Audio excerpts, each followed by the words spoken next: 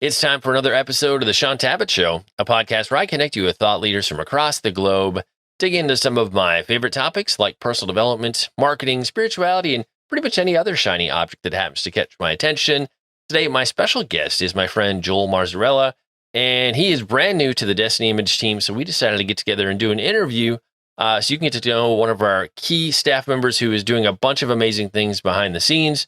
Joel, I always look forward to hanging out with you more often. I'd like to see it more in person, but hey, if we got to do it virtually, I'll take that too. Welcome to the show, man. Hey, great to be here. I'm just really sorry about that. No, I'm just really excited to just say hello, just not to you, but to everyone else that's here. Yeah, and that is one of the things that's kind of fun, just in the day and age we're in.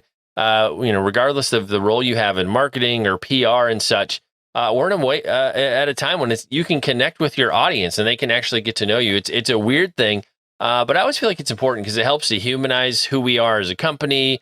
I love that we can give people insight on all the stuff that we do behind the scenes, whether we're putting out our digital magazine content, YouTube content, podcasts. There's a whole world of people and work that happens to make these things successful and deliver impactful content to our audience. I've had the pleasure of knowing you. Gosh, I think probably about 5 or 6 years. Sounds right. I've worked for a competitor to Destiny Image for a time. Yet I would bump into your wife and some of the other DI team members as we would travel to conferences and events, and we'd hang out and have coffee. And that's where we first met you. However, I know broadly to my audience, to the DI audience, you're still a fairly new face. I think people have seen stuff from you in some of the newsletters and on the digital magazine, but they've not ever had the pleasure of meeting you yet. So let's have you kick this off by sharing a bit of the Joel Marzzarella origin story. So for all of us meeting you for the first time on my podcast, give us some context. What are a few things we should know about you? Well, the big thing is that I'm a bit of a nerd. And whenever I mean nerd, I don't mean like the trendy nerd. I mean like the super bad nerd. Like right in my office up here, I have a lightsaber that I specifically crafted and everything. It lights up and everything. I'm a big sci-fi fan. But probably more interesting for most people is that I found God really, really young. I was 3 years old whenever I went up to my mother and I was like, hey, I want to know Jesus better. And I really want him to be a part of me. And so that's kind of shocking to a lot of folks whenever they hear young conversion kind of deal. But he's been with me since almost the beginning. And I just can't imagine my life without him. We, as a family, we traveled around. We originally are from the Pittsburgh area in Pennsylvania, but we moved all the way out to on the border of Kentucky. So for a little bit, I had a bit of an accent. And I'm glad that I lost it. No offense to anyone, but I think it's makes it a little bit easier to. It makes people take me a little bit more serious, I guess. But yeah, I've never picked up on a subtle Kentucky accent at all. So you must have gotten rid of it for good. In terms of your family, you come from an Italian family. Talk to us a little bit about Italian families and food, because we see caricatures of that in movies and whatnot, but is it a real thing? Is food just such a big event in your family's life? Oh, it's huge. It's super funny because anytime we go anywhere, it doesn't matter if it's down the street or if we're going across the world. The first question we have when we come back to the family member is, what did you guys have to eat? Just tell me about it so that we can experience it almost in a second hand. Right. And all the holidays are marked with specific meals. So for example, we just had Easter just a little bit ago. We had specifically made lamb, Italian Easter bread, which is this citrusy type of sweet bread. And then we also have stuffed artichoke, mashed potatoes with lamb sauce. I mean, it's we go the whole mile. And then for Christmas, of course, we have the fishes. We have in southern Italy, they do a lot of different fishes. Some places it's the 12 fishes for the 12 apostles. Sometimes it's the 7 for the days of the week. My mother goes, all right, we're not going too crazy. We're going to do the Father, Son, and the Holy Spirit. So we have 3 fishes. So, but we always have that. And then we have a little bit of a birthday cake usually for Jesus whenever he was born in Christmas, and then whenever he was born again in Easter. I love that. I love that you have spiritual meanings behind the numbers of the fishes that might happen to be on display on the buffet, so to speak.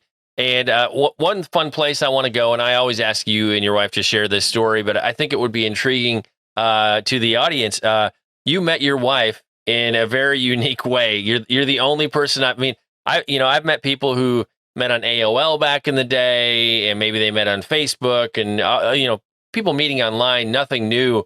But your story is totally unique from my perspective. So tell us how you and Malika got connected. It's a fun story. Sure. Well, back when we were back in 2009, we were both really into video games. That ties back into the whole I was a nerd kind of deal. And so you actually made video games. So we were a part of this community of people that were making their own video games. And we just connected. She was in Estonia at the time, though. I was over here in the US. And we just got to talking. We would send messages back and forth to each other. And we're talking like long, like letters of just, this is what's going on in my world and everything. And then eventually we ended up doing a Skype call. That's how long ago that was, a Skype call. And we just ended up talking. And then we ended up just being like really good friends. We talk all the time. And there was a big time difference too. We're talking 7-hour time difference. And eventually, actually on Christmas Eve, I was like, you know what? I really like her. I really like her. And I have to tell her, because if I don't, I'm just going to explode pretty much. And so I confessed to her really dramatically. And I was like, I like you. And she's like, yeah, I like you too. And I'm like, no. I like you. I was 16 at the time. So give me a break. Those are big words for a 16-year-old there. Oh, they really are. And she's like, yeah, that's what I'm saying. I like you too. So we officially started dating then, but she wasn't saved at the time. See, the big key here is that in Estonia, you have a very, very high agnostic atheist community. It's because of the Soviet Union's influence. You have like almost complete absence of God there. And that was really scary for me to go into a relationship with someone who was not saved. And honestly, to be completely frank, that was like a big game breaker. Like I was like, this is against the rules. I shouldn't be doing this. But you know how there are certain things where, you kind of break convention because God has his way. Well, that was what it was. And I don't know why I did it. It was crazy, but we ended up going, I went, okay, I'm going to do that. I'm going to start dating. And so she comes over to the States, which is a whole nother crazy part of the story. But my grandfather, who was like super, like very, very stoic, he fell in love with the story. He was like, I want to pay for her ticket to come over. So she comes over, meets the whole family. And I said to God, I said, I can't do this in the long term. I can't like be with her if she doesn't get saved. So she was here for 28 days. And I said to God, I said, if she's the one, she needs to get saved before this trip is over. And it was literally the second to last day. She comes over to my mother and she goes, I kind of accepted that Jesus guy. And at that very moment, I knew we were going to get married. It was right then and there. I love that. And the rest is history. That story needs to be made into some kind of, at least like a TV episode, if not a short film or something at some point. It's just so fun. And I love that you're kind of bargaining with God, being like, so God, I really like this girl, but if this is a thing, you got to help a brother out here and get this girl saved. Right. And so, right. Oh man, I love that. That's what, I met my wife at a bookstore. That's not really exciting as meeting your wife on an indie video game forum. So thank you for sharing that. I can't hear that story enough. I put you and Malika on the spot when we travel and meet new people. I'm like, you guys got to tell your story. Just because it's so much fun. What I love about it is it's so unique is people will remember you guys. When you tell that story, they're like, oh. And so it's, and again, this is a trick when you travel and meet lots of people. If you have one or two key stories that you can share that make you stand out, people will remember you, and usually in more of a positive way if it's a good story. So always have one or two key kind of origin story, interesting stories about yourself that you can share. It helps build quick rapport and relationships with people. Pro marketing and networking tip right there for you on this episode of the Sean Tabbitt Show. So Joel, you've been with us here at Destiny Image. How many months now? Is it 5 months, 6 months? 6 months. Feels like a year to me because you've Yeah. been part of the team in my mind forever. Tell us like what's your title? What's your role? Why did we have you join the team? Sure. So I am the imprint marketing associate. But more to the point is that I usually do a lot of the editing for the DI magazine. So I'm going and pulling content from a lot of different books and finding these beautiful gems of just inspiration of God, what he's doing, and putting it out there so that people can experience it. Some of them are very they're just super interesting. They're just stories, right? Of people experiencing deliverance or healing, incredible miracles of what God's doing in this very moment. And some of them are very how to, I'm experiencing this mental health battle. Here's some tips. Here's some practical tips on how to take care of that. And just finding and picking these pieces and also being time sensitive to them. So, for example, you have a lot right now is going on. It's a little dark. It feels a little dark and oppressive. So how can we grow and find God in these very moments? Well, I love that your role, and I actually, we were all together for sales conference the other week, so I get to hang out. You had no choice in the matter. I just showed up one day in your office and get to see you working behind the scenes. And so I love that this role pulls on, you're a big reader, so you have a love of books and literature. You're artistic, you're creative. I've seen you in meetings and in your office designing, banners and graphics to go along with the content you're creating for the digital magazine and such. So talk to us a little bit about how this role pulls on different creative passions for you, because I love that this pulls on different things that just getting to know you through the years, you're excited and you're enthusiastic about. And that is one of the things I think that's beautiful about the company we work for and the role that we get to have in creating content to help market books and messages is you get to do all kinds of interesting things when you work in these sorts of marketing roles. So how does this job pull on your passions and allow you to spark creativity, maybe in a way that you didn't even expect until you got into the role?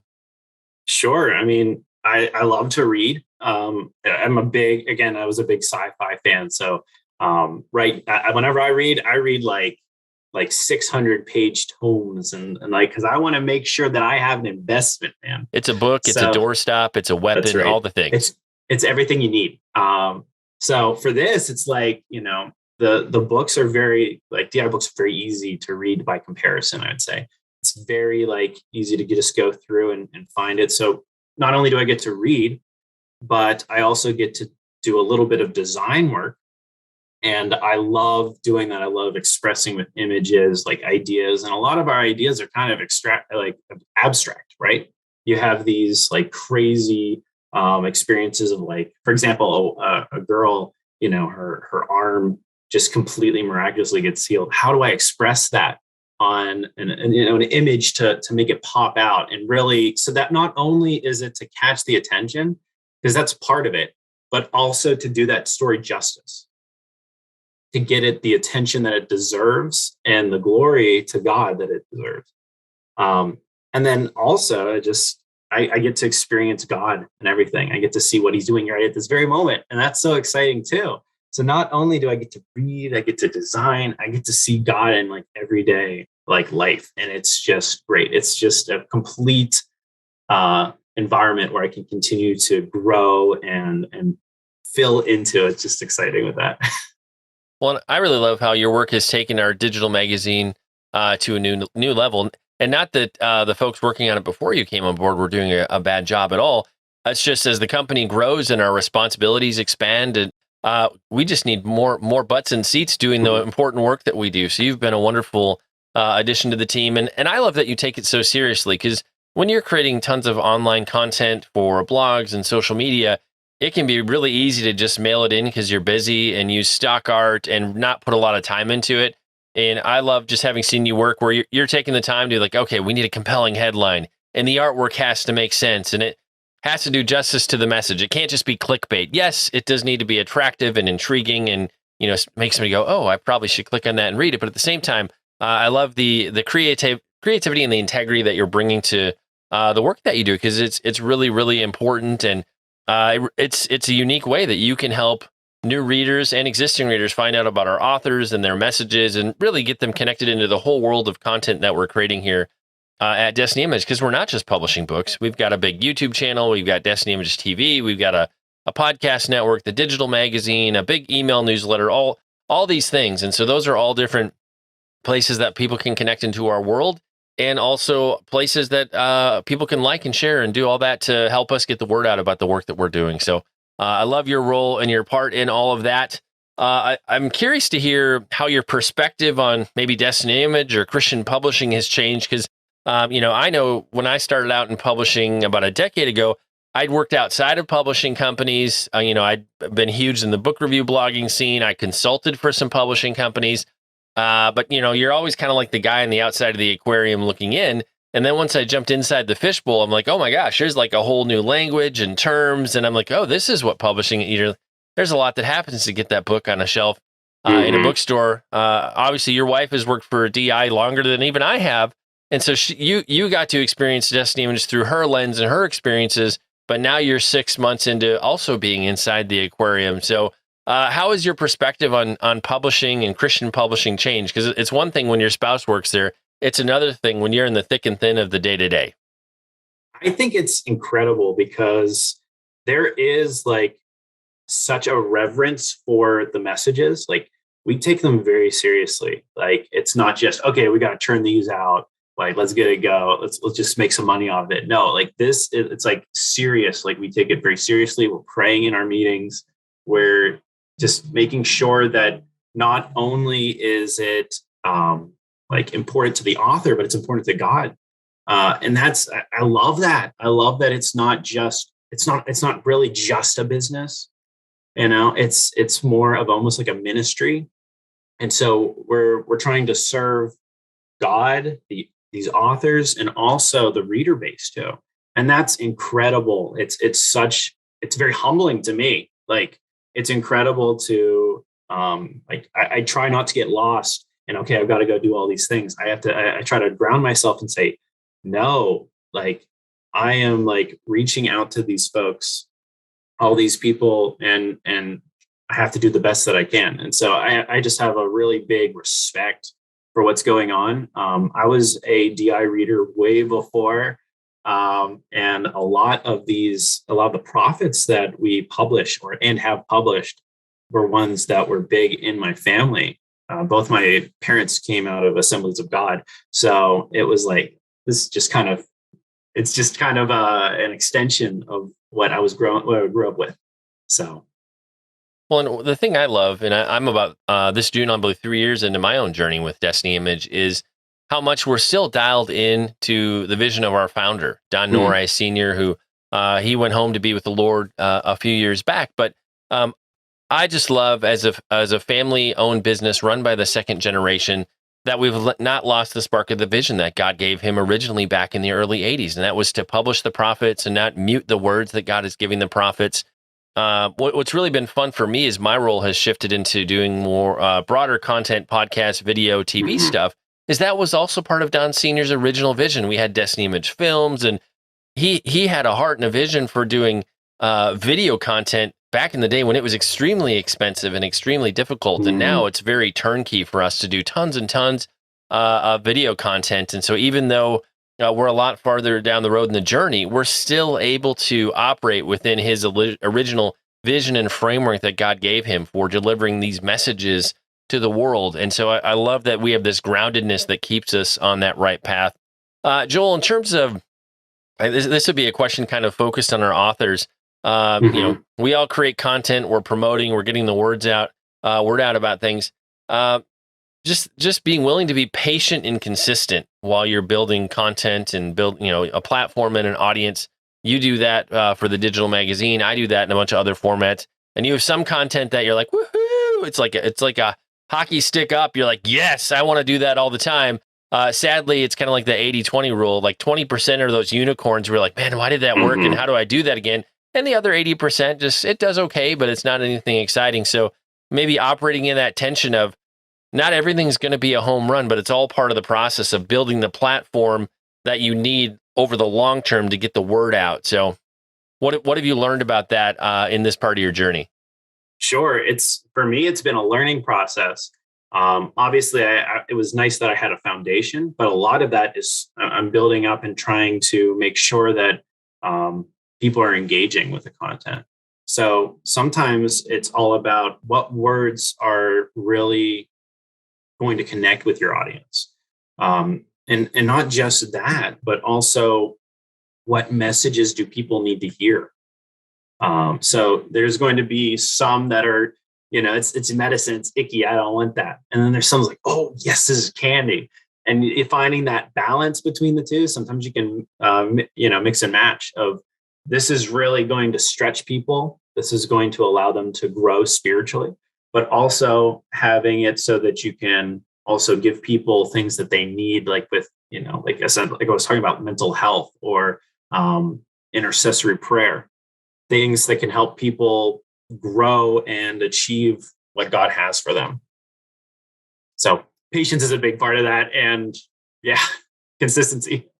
Well, and I think part of it too is just realizing that even though you don't always get tons of feedback, real ministry is happening. And, you talk to somebody who works, say, for Sid Roth's ministry, and they'll talk about how they'll still get emails and letters from people saying, oh, I watched this interview with James Gall. And in the interview they're referencing is from like 15 years ago. And they're like, oh, that thing he prayed, it was just for me. And so there's an interesting long tail where the Holy Spirit moves through content, whether we produced it yesterday or 10 to 20 years ago. God still breathes on that, and people get healed, saved, delivered, all the things. And so my encouragement is just know that, you'll get some feedback, but I feel like when we get to heaven, we're like, oh, wow, God, that's what you were doing with that content. I didn't see all that. And the thing is, a lot of the things that we produce that go out online, it goes to places we can never go. If you have a podcast or other place where you can kind of track the geographic data of where your content's being watched or listened to or downloaded, you get a perspective like, oh, there are literally people in China and Africa and all other parts of the globe who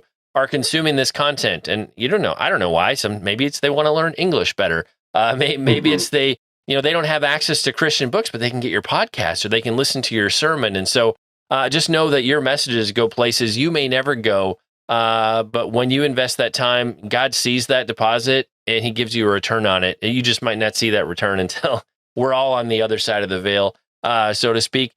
Joel, in terms of people seeing the work that you do for us at Destiny Image, where can we go online? A lot of your stuff is in the digital magazine. Where do we discover that? Yeah, you can find it on Destiny Image /blog, and that will give you a basic outline. But if you do want to sign up, there's also a join free button on the website that will allow you to sign up for the newsletter. And I'll put a link in the show notes so you can check out our digital magazine if you want. Articles, video content, all the great stuff that we produce delivered right to your inbox. We'll have a link for you to sign up for that as well. Sadly, because we're running out of time, it's time to bring this episode of the Sean Tabbitt Show to a close. Thank you so much for being a part of my conversation today with my friend Joel Marzzarella. And Joel, I just want to say thank you so much for giving us the opportunity to get to know you. I so appreciate the fine work that you're doing for us at Destiny Image, both serving our internal team and serving our authors. You're a blessing to have on the team. And I was just glad to be able to be a part of introducing you to the Destiny Image world. Well, thank you so much. And God bless you all.